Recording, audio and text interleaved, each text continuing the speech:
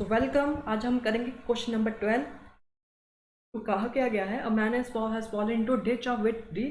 मतलब ये क्वेश्चन क्या कह रहा है हमसे, एक एक आदमी है जो कि डिच मतलब खड्डे में गिरा पड़ा है, ठीक है। उसको खींचने के लिए ये दो उसके फ्रेंड्स हैं, ठीक है। तो क्वेश्चन में लास्ट क्वेश्चन में क्या हमने फाइंड करना है, कितनी फोर्स वो लगाएंगे, ठीक है। प्लस हमने ये भी फाइंड करना है कि जैसे वो ऊपर की ओर आता है, ठीक है, आदमी, तो जो उसके जो फ्रेंड्स हैं वो ज़्यादा फोर्स लगाएंगे जैसे जैसे वो ऊपर की ओर आएगा, ठीक है। तो इसको हम सॉल्व करेंगे। पहले हम प्रूव कर लेते हैं कि जैसे जैसे वो ऊपर आएगा वैसे वैसे क्या होगा कि वो ज़्यादा फोर्स उनको लगानी पड़ेगी, ठीक है। तो चलिए शुरू करते हैं हम। तो सबसे पहले उसकी फ्री बॉडी डायग्राम हम ड्रॉ कर लेते हैं। तो फ्री बॉडी डायग्राम क्या है, एक पुली है, ठीक है।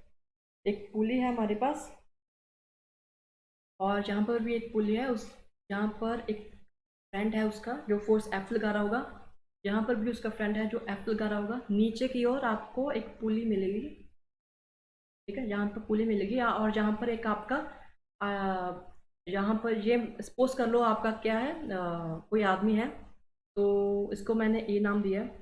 का वेट होगा एम जी नीचे की ओर, ठीक है। ये एंगल बना रहा है यहाँ से थीटा, तो दोनों थीटा ही है, ठीक है, अकॉर्डिंग टू द क्वेश्चन।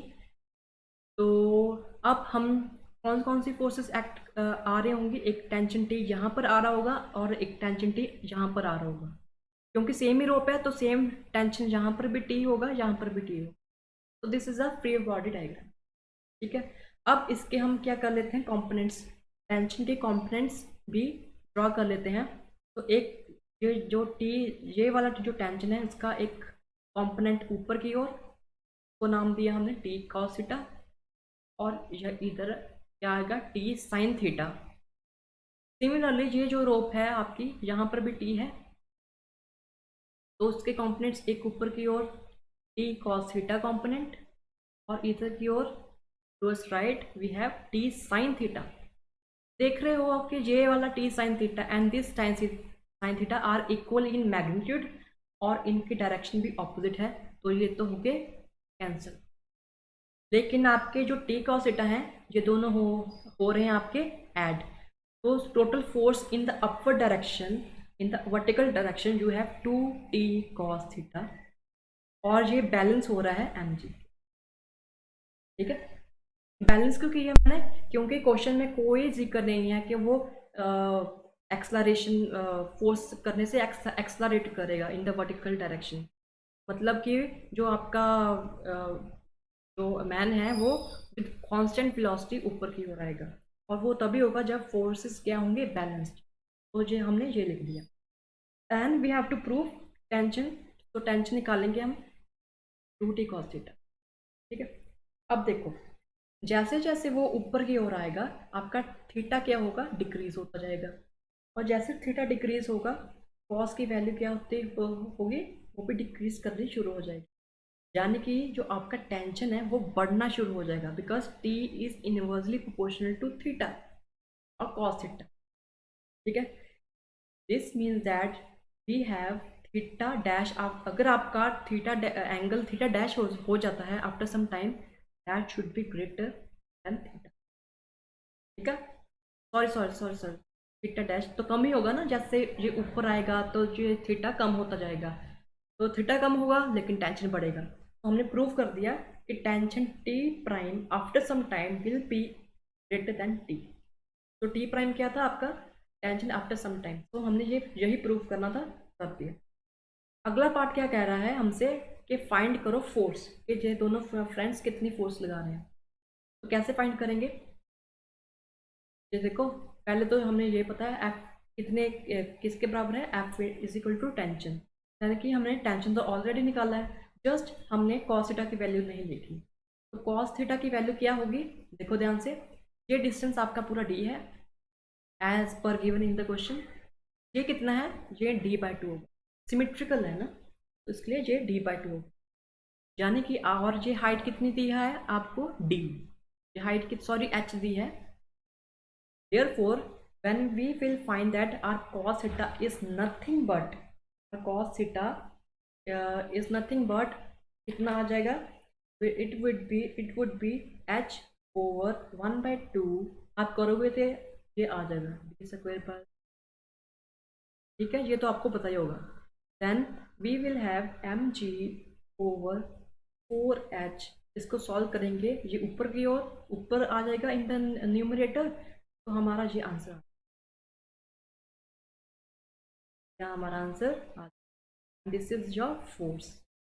इतनी फोर्स लगानी पड़ेगी दोनों को खींच ऊपर ऊपर खींचने की, ठीक है, fine.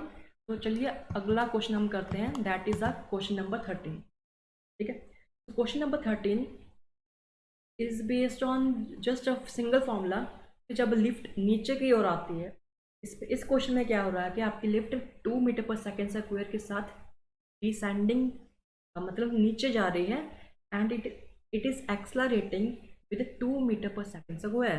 The mass of the block is given which is 0.5 kg।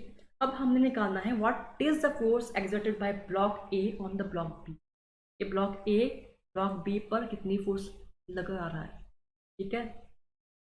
तो चलिए शुरू करते हैं इसको, block A and block B, ठीक है। अब ध्यान से देखो, ब्लॉक ए कितनी फोर्स लगाएगा बी, जितना उसका नॉर्मल रिएक्शन होगा, क्योंकि ए की फोर्स लग रही होगी, that is would be normal reaction, ठीक है। तो लेकिन जब लिफ्ट नीचे आती है, हमें पता है कि हमारे पास अपेरेंट वेट होता है, या नॉर्मल रिएक्शन बदलेगा जब लिफ्ट नीचे की ओर आएगी, and that would be M G minus M में, ये तो हमने पढ़ रखा है।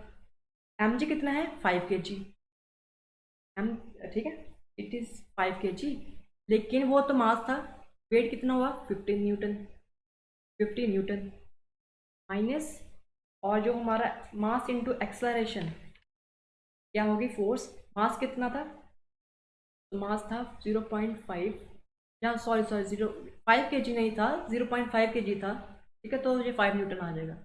तो एक्सलरेशन कितना होगा, दैट वुड बी 2, और इसको सॉल्व करेंगे हमारे पास इतना आ जाएगा, अब ये तो 1 हो गया, आंसर आ जाएगा 4 न्यूटन, सिंपल, ठीक है।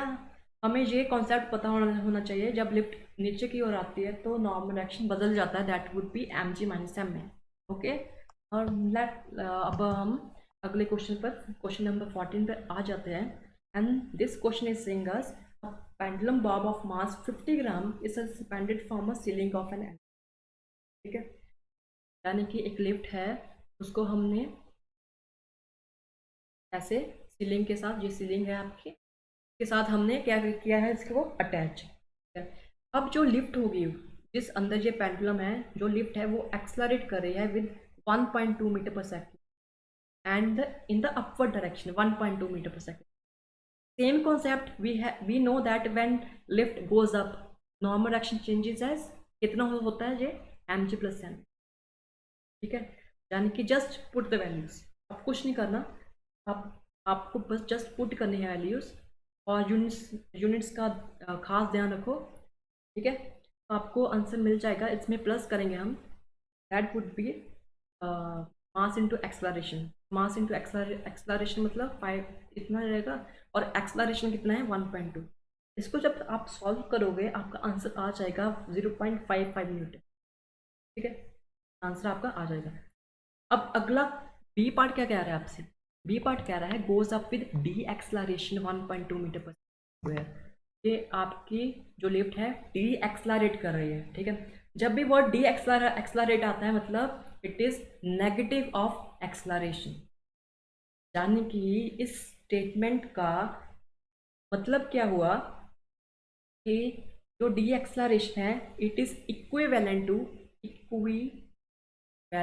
To acceleration in opposite direction, in opposite direction, ठीक है, यानी कि ये अगर डे एक्सलरेट कर रही है नीचे की ओर, सॉरी ऊपर की ओर, यानी कि इसका मतलब क्या है, ये एक्सलरेट कर रही है नीचे की ओर, ठीक है, क्योंकि इनके दोनों का मैग्नीट्यूड सेम है लेकिन डायरेक्शन ऑपोजिट है, ठीक है, तो इस हिसाब से हमारा आंसर क्या आना चाहिए, tension would be M G minus M, ठीक है, ये टेंशन कितनी आनी चाहिए एम जी माइनस एम में, just put the values and ये मैंने पहले से निकाल रखा है, पिछले पार्ट में एम ए की वैल्यू 1.2 निकाली थी, and this is again 50/1000 and we will get answer 0.43 Newton.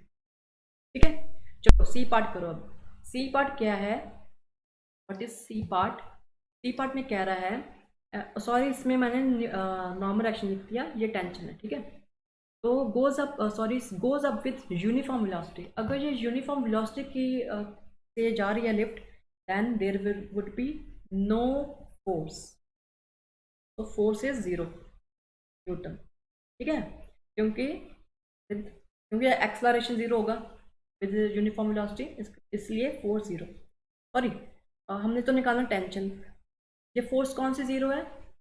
ये फोर्स ये वाली 0 है, ये वाली एम ए वुड बी 0, लेकिन हमारा टेंशन तो रहेगा ना, वुड बी एम जी के बराबर, प्लस 0 भी लिख सकते हो एम ए। एम जी कितना है? 0.49, निकालोगे तो इतना आ जाएगा। Then D part, D part में क्या कह रहा है हमसे?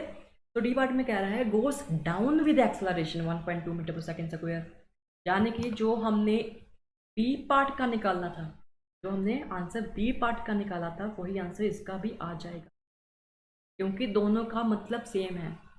वर्ड्स दोनों में जो वर्ड्स यूज हुए हैं वो थोड़े से डिफरेंट है, लेकिन मतलब सेम है दोनों का। ठीक है, तो ई पार्ट में क्या कह रहा है हमसे?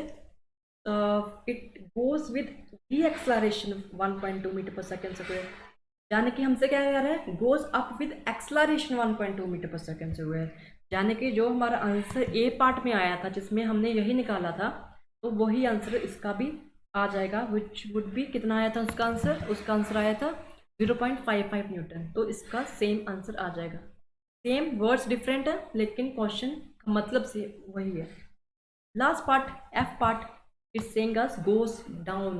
अब चाहे वो ऊपर की ओर जाए, चाहे नीचे की ओर जाए, अगर वो यूनिफॉर्म वेलोसिटी की ओर जा रहा है तो एम ए वुड बी 0, तो यही मेरा आंसर आ गया, T would be M G and this would be 0.49। तो ईजी क्वेश्चन था, इतना डिफिकल्ट क्वेश्चन नहीं था। हाँ, अगर आपको न्यूमेरिकल सॉल्व करने हैं तो आप एच सी वर्मा की कॉन्सेप्ट ऑफ फिजिक्स ज़रूर परचेज करो। ठीक है, उससे आपके न्यूमेरिकल बहुत स्ट्रांग होंगे और आगे भी काम आएंगे जब आप हायर एजुकेशन करोगे फिजिक्स में। तो अब क्या करो, मैंने डिस्क्रिप्शन में आपके लिए एक लिंक दिया है, वहाँ जाओ, और वहाँ लिंक किसका है? कॉन्सेप्ट ऑफ फिजिक्स का ही है, उसकी बुक का। वहाँ उस लिंक पर आप क्लिक करो और वहाँ से आप अमेज़ोन से परचेज करो। ठीक है, तो थैंक यू वेरी मच।